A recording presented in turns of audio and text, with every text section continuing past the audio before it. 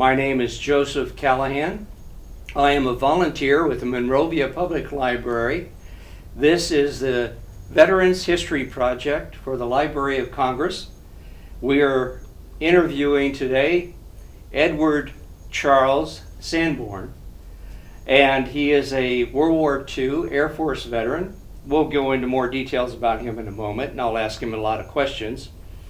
We're at KGEM TV Studios, located in Monrovia, California. And in the room, in addition to Edward and myself, we have his lovely wife, Charlene. We have our camera person, Chris Luton, and our director of Veterans Services at the Monrovia Public Library, Mabel Cross. And just to make sure I mentioned it, I am a volunteer with the Monrovia Public Library, and I volunteer in the Veterans Benefits Center. Edward, tell us when and where you were born. I was born in Chichester, New Hampshire on February 22nd, 1923. All right, and you lived in a rural town. This Chichester is rather small. Can you tell us a little bit about the community? 500 people, not including livestock. Went 8 years to a one-room schoolhouse. One-room schoolhouse. Was that grades 1 through 8? Right.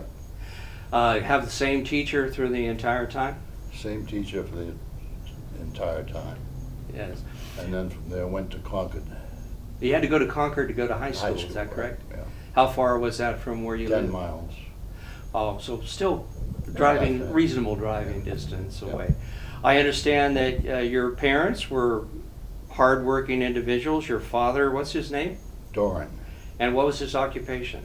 He was a carpenter, builder. No military experience, am I correct? And your mother, Ethel, she was a teacher? Did she teach at your school? No. She was through teaching after I was born. I see. You have a couple of siblings. They're both older than you, is that correct? Right. First of all, I understand your older brother was in the Air Force as well. Was he already in when the war started? No, he joined after. I was the first one to go in, I think, but he joined the Air Force and was a navigator. Never wanted to be a pilot, but was a navigator. Shot down in Berlin and was a PW for a year. He flew as a navigator on B-17 bombers. B-17, yeah. He was a prisoner of war for how long? A year, a little over a year. So he must have been shot down near the end of the war, Right. 44, 45, somewhere in that area. Right. You have another older brother, but he's in between you and the name of your oldest is Fred, right? Right. And the other brother is? Robert.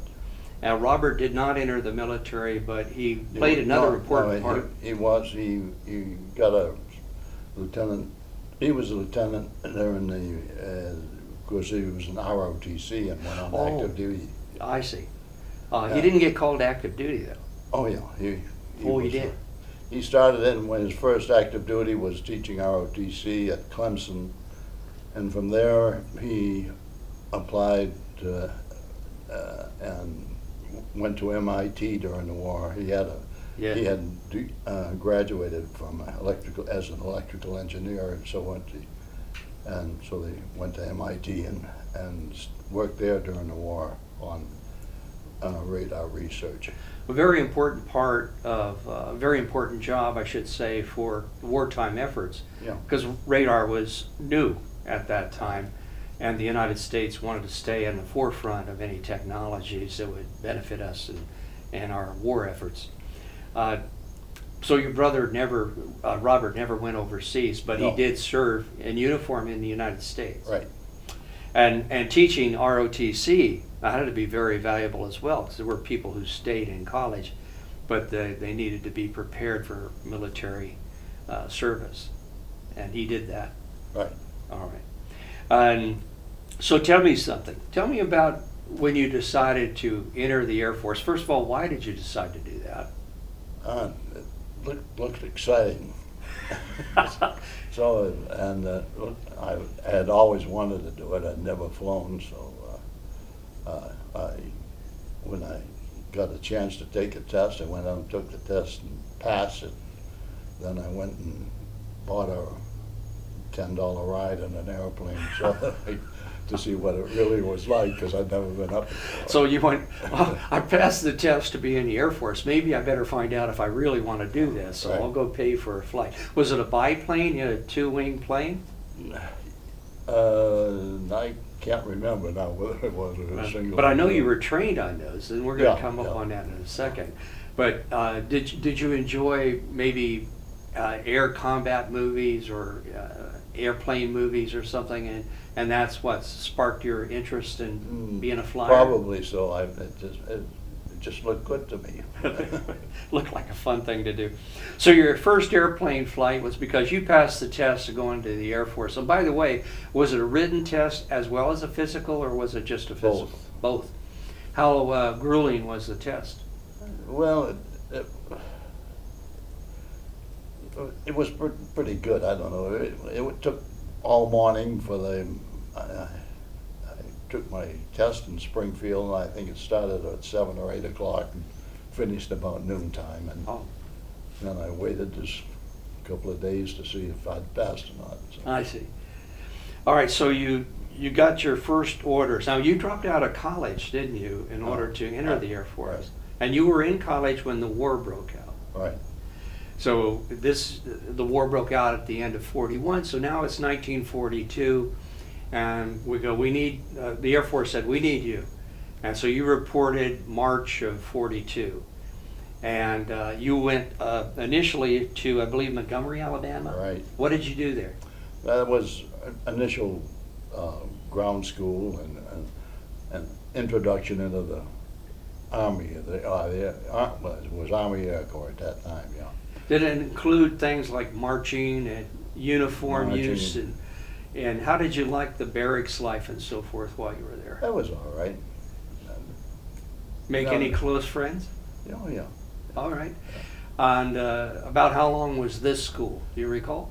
No, I would say that was probably about 2 to 3 months. Oh, very rapid. Yeah.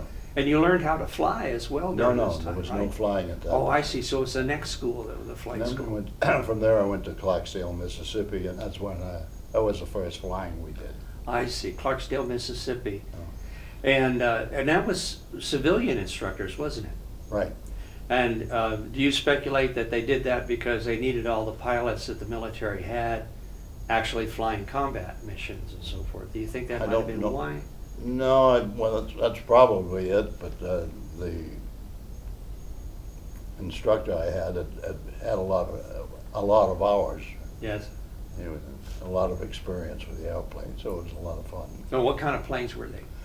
But, excuse me, Stearman, biplane, Biplanes. So for the people watching this, open cockpit. the United States was still gearing up for war, but they really didn't kick it into gear because they were still using biplanes from World War I when the war started. So you were learning how to fly in a biplane as well. Right. I've heard stories that they only go like 90 miles an hour or something like that, but they're rather slow, aren't they?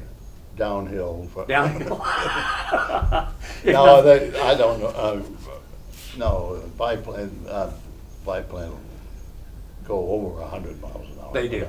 Yeah. You took off around, I don't know, 50 miles, 60 miles an hour. I can't remember what it Yes. is.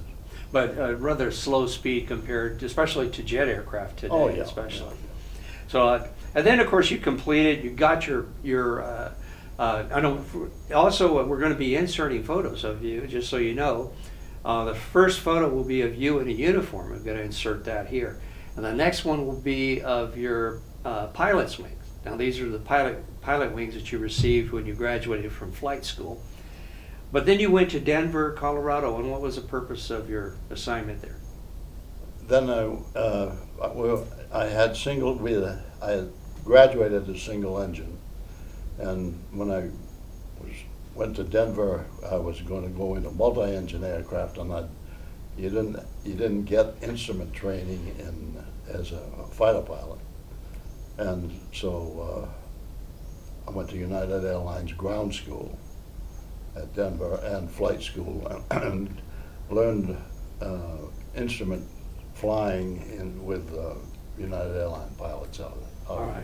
Denver. So have you been told by this time what kind of airplane that you were preparing to fly? No, only it would be a multi-engine aircraft, that's all.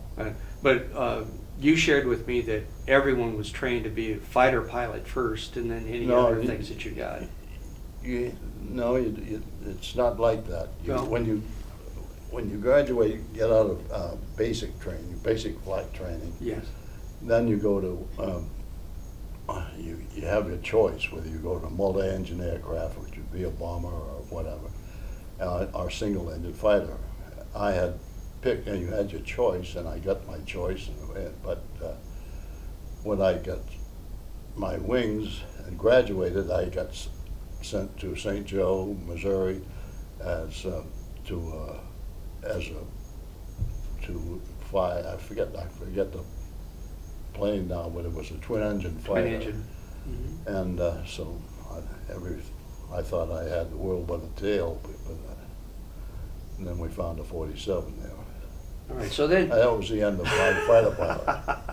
you received your at some point, but not for some period of time though. You eventually became a senior pilot, and Yeah. so this happened probably during your combat flying or Well, somewhere in that area. you When you had- completed 1,500 hours. I think you became a senior. You could become a senior pilot with 1,500 hours. So it took quite a bit of experience, Yeah. but as the pilot, you're technically in charge of the plane anyway. Right. You've got the stick. Yeah. Yeah. Okay.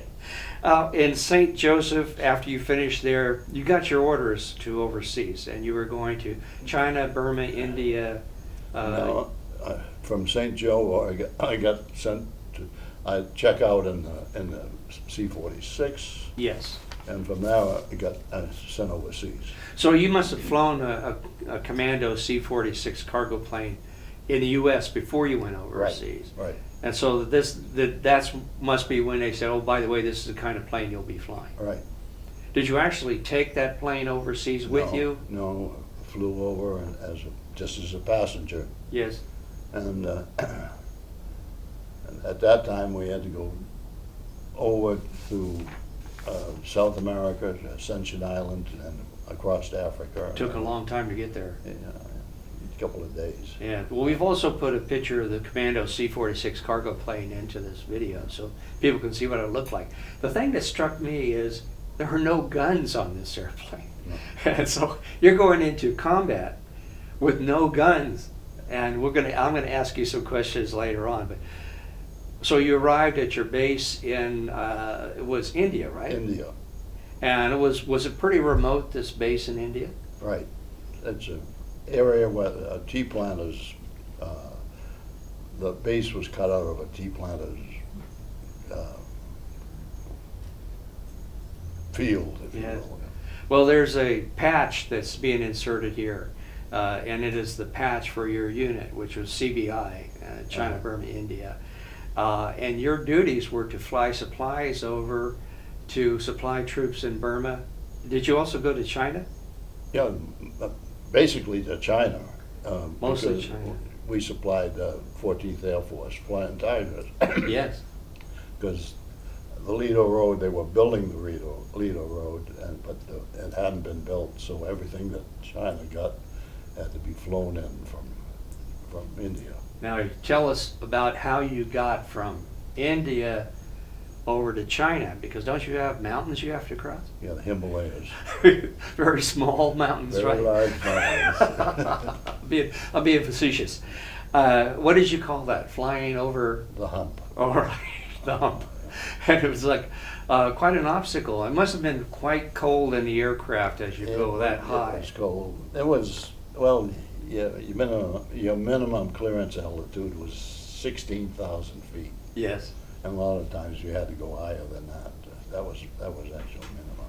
Now you were flying through areas where Japanese patrols would have been around. Right. Tell us about your most exciting experience with Japanese Zeros looking for you.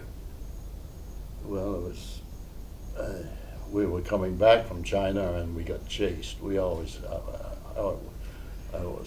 I had a tent mate, a fellow that I stood up with and went overseas together when he was shot down that day.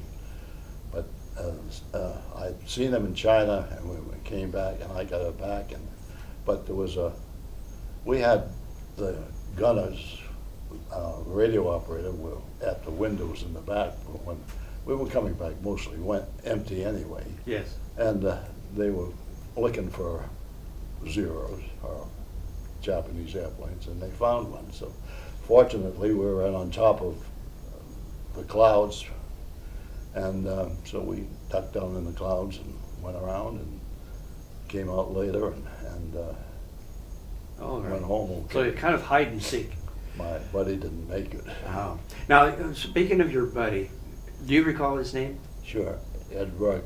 All right, another Ed, huh? Yeah. Now, you met him before you left the United States, did you not? Yeah, we went. Yes, just before we did. You went to his wedding? I met him in Reno when we were in checking out in '46. So he just got married and he shipped over, and Yeah. he was in the same squadron as you? Yeah. And And he and I was with him when he met his wife, and she was a native of Reno. He was from the Bronx, and they went together. 10 days before we got our orders, I stood up with them when they got married, yes. and I don't know, several years ago now, but I helped them celebrate their 50th wedding anniversary. Oh, I see. Yes, yes. Now, he had an exciting experience that you shared with me, and that is he was shot down. He was shot down. But he wasn't injured, right? No, he wasn't injured, and was in the jungle and walked out of the jungle and was back to the base and probably in a month's time, but then they wouldn't let him fly again there, and so he went to North Africa. Oh, was he reassigned there? Yeah. But how healthy was he when he came out of the jungle after all that He was time? okay. Yeah. He did? Yeah. Was Did he fine. share with you how he survived? And Well, we had a backpack and that we had stuff with him, and he wasn't gone that long. I think he was only missing maybe a week or something like that. all right, I see.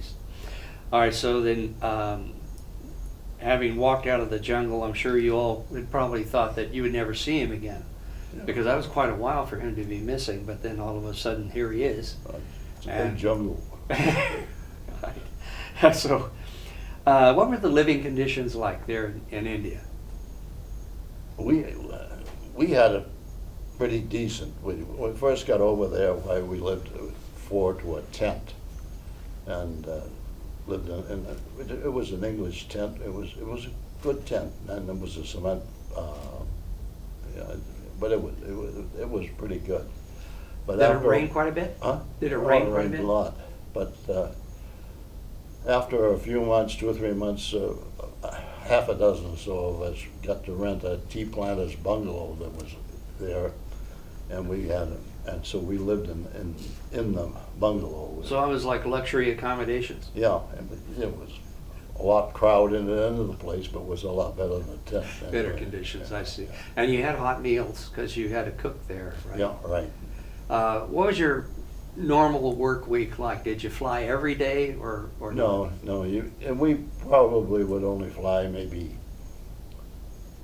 a couple of times a week or so. You're limited. It was about a 4 or 5 hour flight. I can't remember now each way. And Each way. Now you landed when you got to China, didn't you? Yeah, we left a load off over there.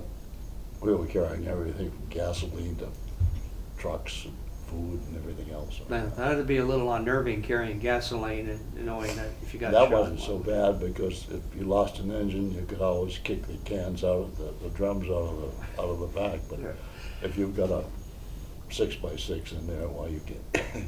I see. You can't do that. Now, you told me that the rain and the humidity in India made it difficult to keep the mold off your clothes. So what did you do Well, to? you just put them kept the light going on all the time. And They had to have heat. some kind of Yeah. light to keep them warm and dry. Yeah, heat. Yes.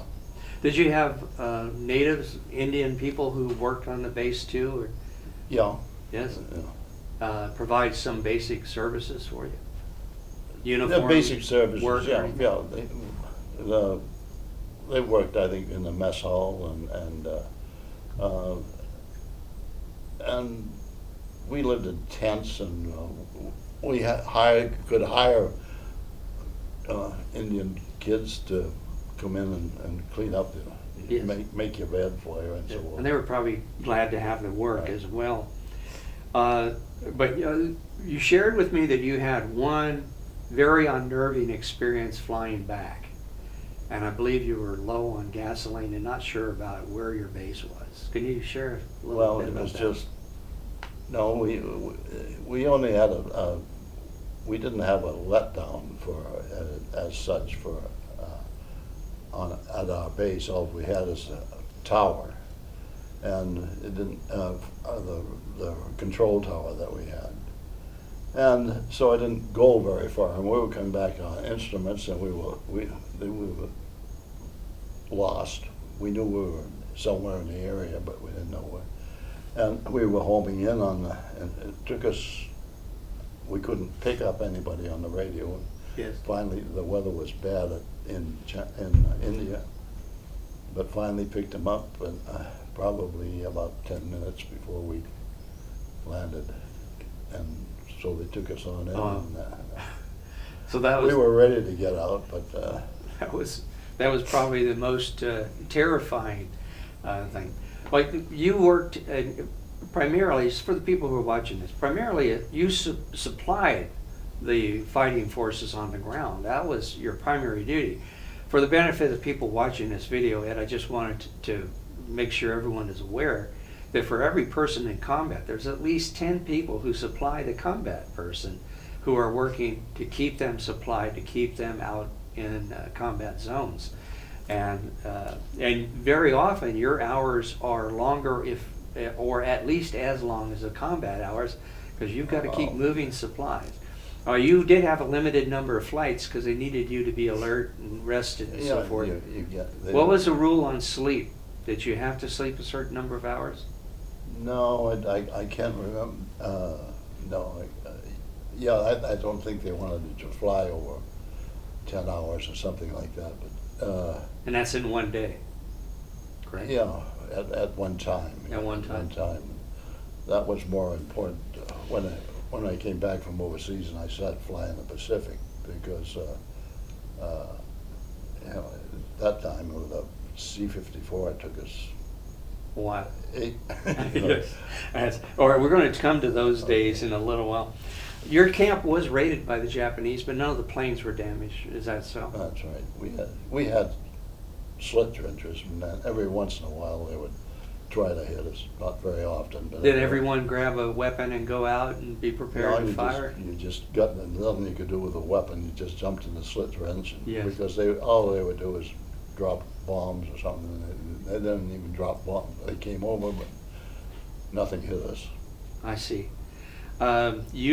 You were active from in World War II for 4 years, but this experience you had to do 100 flights before you were rotated home, approximately late 1943 until sometime in 1944. Right. 100 flights completed. You're now told, all right, Ed, you're rotating home.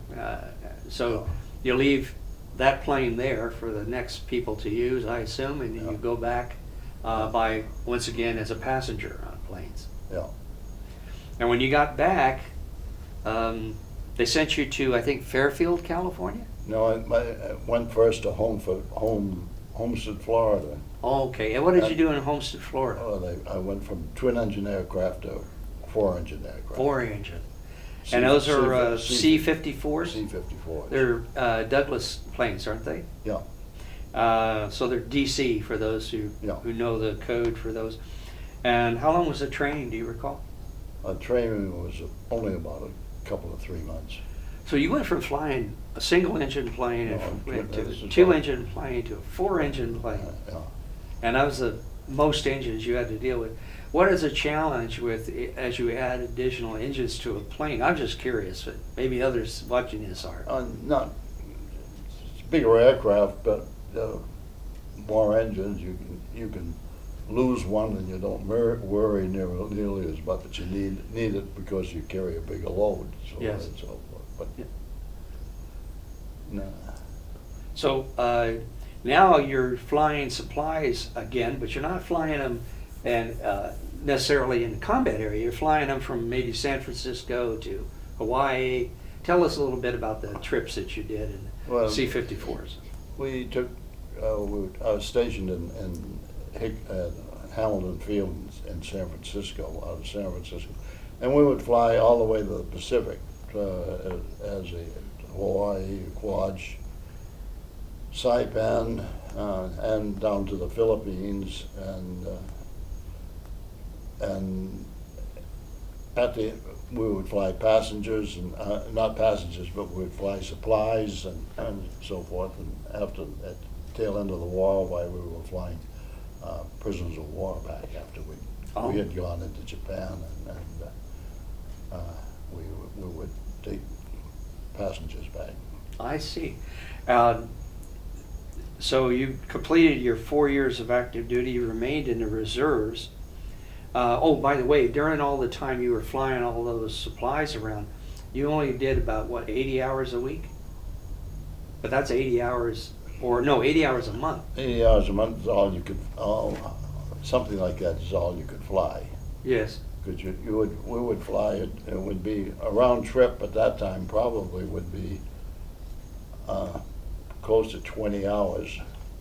I see. That's And quite a so- while. And so if you made 4 trips a month, why, you'd have your 80 hours and then you couldn't fly, and they wouldn't let you fly. So until at this time, the United States had enough qualified pilots that they didn't need to burn everybody out. They were able to. No, they were, well, we were, I don't know that they were, at that time, when we were flying over there, there were some civilian pilots that were flying the same routes, maybe not all the way that we did, but between San Francisco and Hawaii, we were single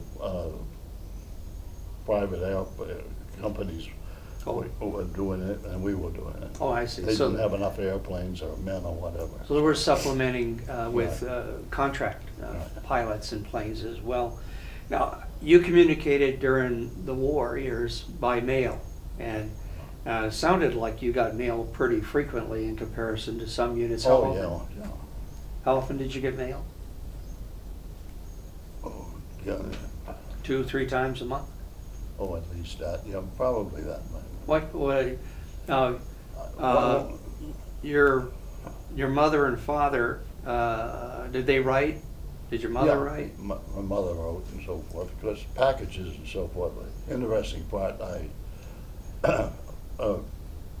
girl I was dating when I was stationed in Denver, baked me a cake and sent it over, and I think I got it 62 months later. Was it green? No, it wasn't. It was pretty hard. It was a large cookie, I mean. I see. Well, you were in Okinawa, I understand, when the war ended. And how did you react to the news? Happy. Because that meant you were about to be done, right? Yeah, right. This was all about to be over. But you did stay in for a little while longer, didn't you? Flying like prisoners of war back? Yeah, I stayed in for a few months. So we flew, that was interesting because we flew the first occupation troops into Japan. So you took occupation troops to Japan? No, we took from Okinawa, we flew into Japan. Yeah. With personnel, and I forget the Air Force, not the Air Force, but the occupation troops that were Yes. there. And then soon after that, we started flying prisoners of war, our prisoners of war back. Right. Do you remember the conditions of the people you were returning home? They were real happy to get back. Some of them, they weren't too bad because the ones that were really bad were put on ships and so forth. They were in the harbor and so forth. But Yes. they had never seen an airplane as big as a DC-4, and clothes were tattered and so forth. They didn't have much. I'm sure. Real happy to get back. Yes. Well, eventually you returned home to your family, who I'm sure had a party, Yeah. and was very pleased to have you back. Was your oldest brother, Yeah. was Fred, was he already home by that time from prison No, camp?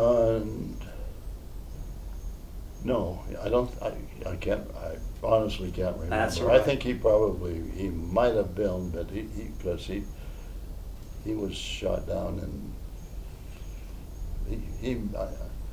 I'm not sure. That's quite all right, Ed. I- But regardless of that, I'm sure your parents were very happy to have or all three of their sons safe Yeah. by the end of the Yeah. war.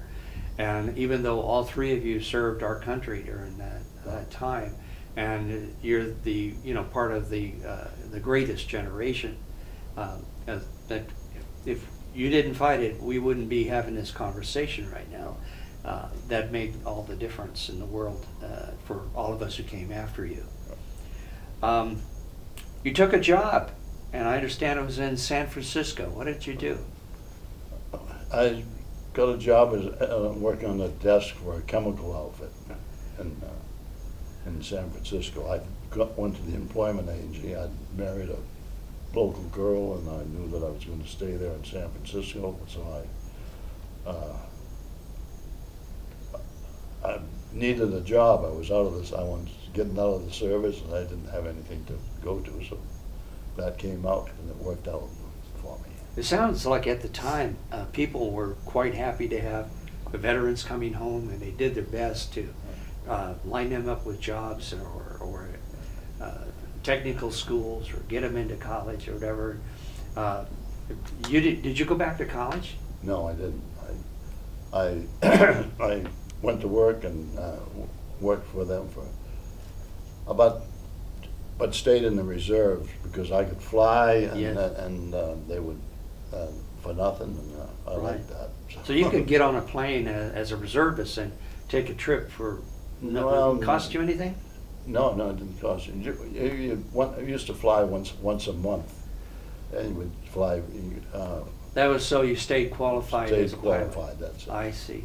Did you have to fly multi-engine planes in order to keep that We were qualification? flying this. I was flying C-46s. The same. Yes, same They one. had Hamilton Field had C-46s, and that's what we flew. I see.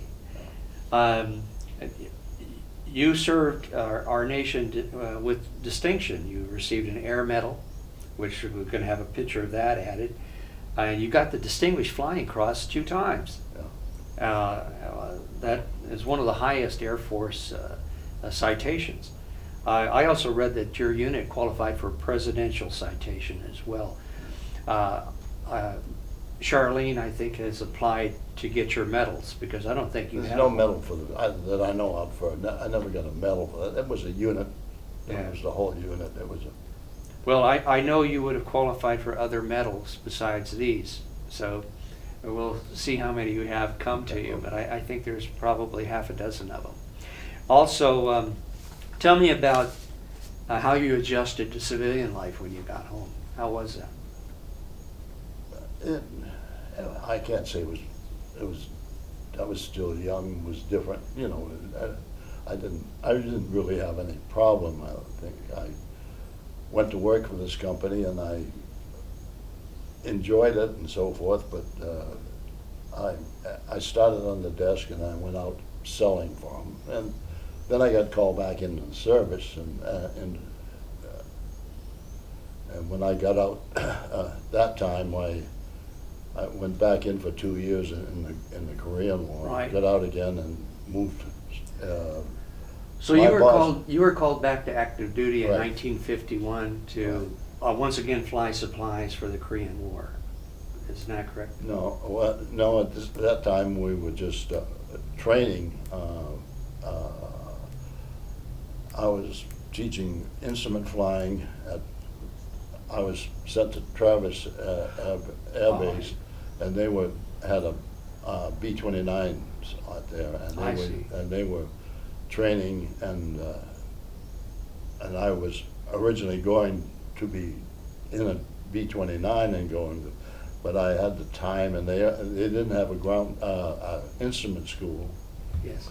And I had a lot of instrument time, and as such, why myself and 2 or 3 other fellows set up an instrument school, and so we, You were instead of teachers. flying 29s, we Yeah. were taught instrument flying, and were transferred to the base rather than to a bomb group. And, That's great. and That's great. So you that's why I stayed pretty much in the U.S., didn't you? I stayed stayed at the same base. Yes. Did you fly in a B-29 at all? Yeah, we are. But How was it compared to the ones you flew? it was fine. It was heavy. It was big, but it was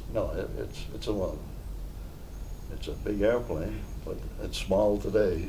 It's small today by comparison. Did you stay in touch with people that you knew in the service? I did a few of them, but Did you join any organizations, Yeah, American Legion or anything? they had a hump pilots association, and I went to a few of the meetings. As a matter of fact, Charlene and I went with them. We were invited back to China by the Chinese Air Force, and we went back to the old went to Kunming, and then went to the old base that I used to fly into in China and so forth. I imagine it changed quite a bit. Oh yeah. And the people all recognized you as someone who... They recognized, the Chinese people at that time were happy because the only thing they had came from, we flew it in. And Yes. so they were grateful for that. Oh, that's great. That's good. And you were honored, I assume, while you were there then. Yeah, honored they guest. were, yeah. And Charlene as well. What have you done since working? What year did you retire, for example? I retired about 10 years ago, and I've done very little. You done some traveling? We traveled a little bit. Yeah, we've done. I've got a daughter that lives in Switzerland, so we've been over there to see her, and a few times. That's great. We've been to. Yeah, we. Are you comfortable as a passenger on a commercial airplane? Yeah. No tips for the pilot. Huh? You don't give tips to the pilot. No. Well, Has anyone ever asked you, because they were considering the military, what your opinion was? not really. No? Do you have siblings? Yeah, Yes, I'm sorry, do you have children? I'm Yeah, I sorry. have Do you have children. I have children? grandchildren. I have great-grandchildren. So Any in the military? No. All right. But what are your feelings about military? It's a good experience. You would it doesn't recommend hurt it? anybody. I'm happy to be in the Air Force. It's a lot different than being in the How do you think? grunt. How do you think your military service has better prepared you for civilian life than someone who was not in the military? These are a hard question because I was Learned how to take orders? I hadn't been out into the world when I went into the service until I and got out and into it. So I think you nailed it there, Ed. It's mostly young people who go into the military and not a lot of experience before they go. But, you know, you don't make the decisions. The decisions are made by other people. And, you know, you do what you're told. And Well, that's part of the. I enjoyed the service, the Air Force. I liked it, but that you hit it there. I never knew whether I had a chance to make it on my own or on the outside or not, because I'd already been. That was the Air Force is taking care of you for the time that you're in there. So. I see. Yes. What message would you want to leave on this video for others who watch this about serving our country in uniform? It's a hard question. Don't try to avoid it. They take care of you, and it's a good experience. It's what you make it, and I enjoyed a lot of good parts. Met a lot of good people, and there's nothing wrong with certain period of time to be in the service it doesn't hurt you at all. It gives you a lot of experiences that young people don't get today. Is there anything else you'd like to add to this video? Any other thoughts? No, really, that's about it, I think. Well, thank you, Ed. Thank you for your service, and thank you for agreeing to be interviewed. Thank you.